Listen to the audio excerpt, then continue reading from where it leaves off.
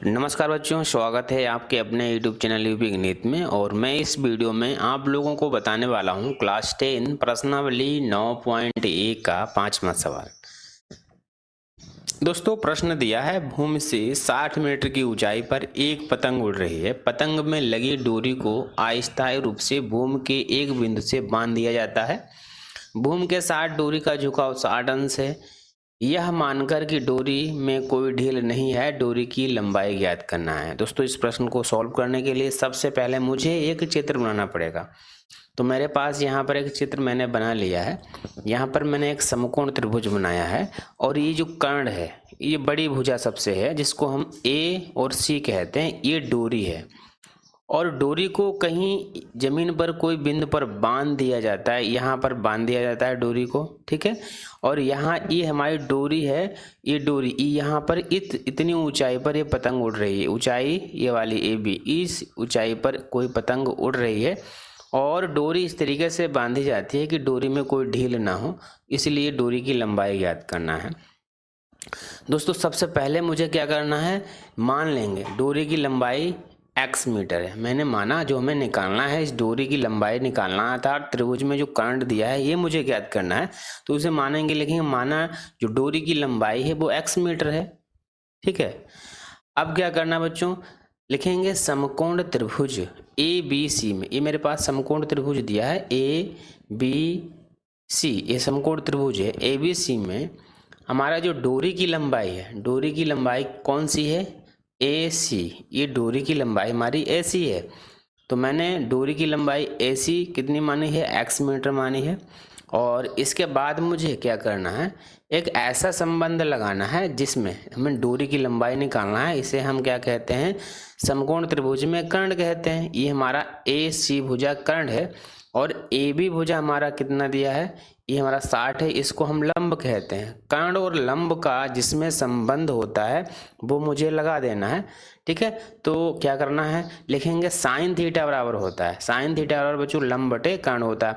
मुझे ऐसा कोई सूत्र लगाना है जिसमें कर्ण और लंब हो, ठीक है। तो वो सूत्र होता है साइन थीटा बराबर लंब बटे कर्ण होता है। अब बच्चों थीटा का मान इसमें कितना दिया है, थीटा का मान 60 अंश है। मैंने यहाँ 60 अंश रख दिया बराबर लंब का मान 60 है, तो मैंने यहाँ पर 60 रख दिया। बटे में कर्ण निकालना है, कर्ण का मान मैंने x मीटर माना तो मुझे x रख देना। साइन 60 का मान बच्चों कितना होता है, साइन 60 का मान होता है √3/2। ये साइन 60 का मान होता है, मैंने यहाँ पर पुट कर दिया। ये 60 बटे क्या है बच्चों, x है। अब इसके बाद में मुझे क्रॉस मल्टीप्लाई कर देनी, कैंची गुणा कर देनी। x की गुणा √3 से कर देंगे तो x √3 आ जाएगा, x √3 आ गया। और 60 की गुणा 2 से कर देंगे तो 60 दूना 120 आ जाएगा। अब क्या करना है, x का मान बच्चों निकालना है। तो x बराबर हो क्या जाएगा, x बराबर हो जाएगा 120 बटे में √3।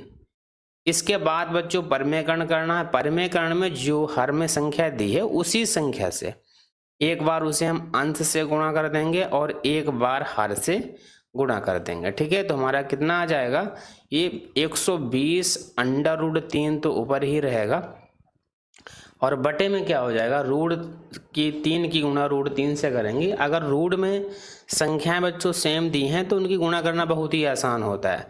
रूट कट जाता है तो क्या बचेगा, खाली 3 बचेगा। 3 से हम डिवाइड कर देंगे, 3 चकू 12, हमारा 40 आ जाएगा, ठीक है। तो x का मान आ जाएगा 40 √3 बच्चों आ गया। ये हमारा डोरी की लंबाई कितनी हो जाएगी, 40 √3 हो जाएगा। अगर आप √3 का मान पुट कर देंगे तब भी ये सवाल सही माना जाएगा। x बराबर √3 का मान कितना होता है बच्चों, √3 का मान होता है 1.73, ठीक है। इसकी मल्टीप्लाई कर देंगे तो हमारा जो है बिना रूट में सवाल आ जाएगा। अब हमारा क्या हो जाएगा, 4 से गुणा कर देंगे, इसकी 0 लगाकर, 4 तियाँ 12 के 2 हासिल 1 और 7 चौक 28, 1 29 हासिल 2, 4 1 कम 4 और 2 6, 2 संख्या बाद पॉइंट लगा देंगे। तो जो इसकी लंबाई बच्चों कितनी आ जाएगी, इसकी लंबाई हमारी आ जाएगी 69.5 20। ठीक है, ये इतने मीटर डोरी की लंबाई आ जाएगी। तो इस तरीके से इस प्रश्न को आप आसानी से सॉल्व कर सकते हैं और बोर्ड में अच्छे नंबर प्राप्त कर सकते हैं। ठीक है, धन्यवाद दोस्तों।